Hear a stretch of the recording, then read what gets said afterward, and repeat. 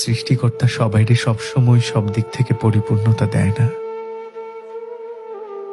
কোনো না কোনো দিক থেকে অপূর্ণতা থেকেই যায়।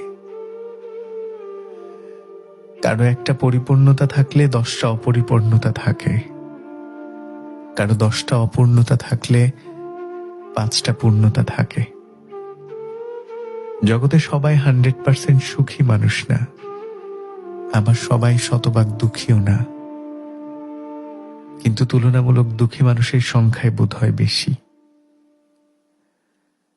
অনেক বেশি সুখী মানুষ হঠাৎ করেই সামান্য দুঃখে কাতর হয়ে যায়, আবার অনেক দুঃখী মানুষ এত বেশি সুখী থাকার ভান করে যে তাকে ভেতর থেকে না জানলে বুঝতেই পারা যায় না যে মানুষটা এত দুঃখী।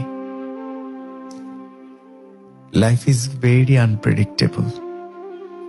কখন কাকে কোথায় নিয়ে দাঁড় করিয়ে দেয় জীবন তা কেউই বলতে পারে না। সুস্থ সুন্দর জীবন দেখা যায় হঠাৎ করে তুমুল ঝড়ে এলোমেলো হয়ে যায়।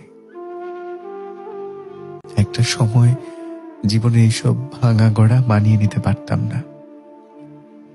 প্রথম প্রথম সামান্য দুঃখ পেলেই জীবন থেকে পালিয়ে বাঁচতে চাইতাম।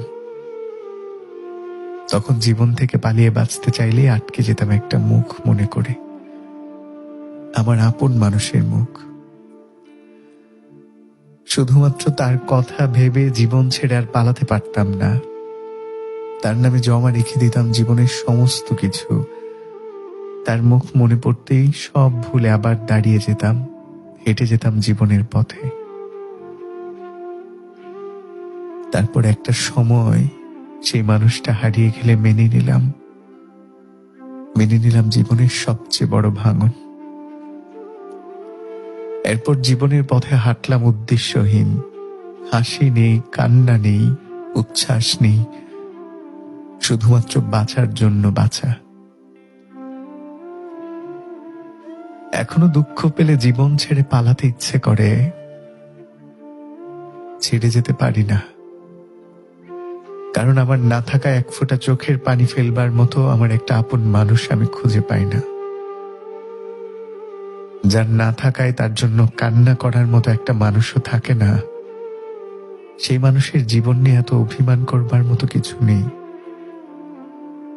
সেই মানুষের জীবনে আসলে বলবার মতো কোনো সফলতাও নেই। জীবনের প্রতি তার কোনো অভিযোগও থাকে না।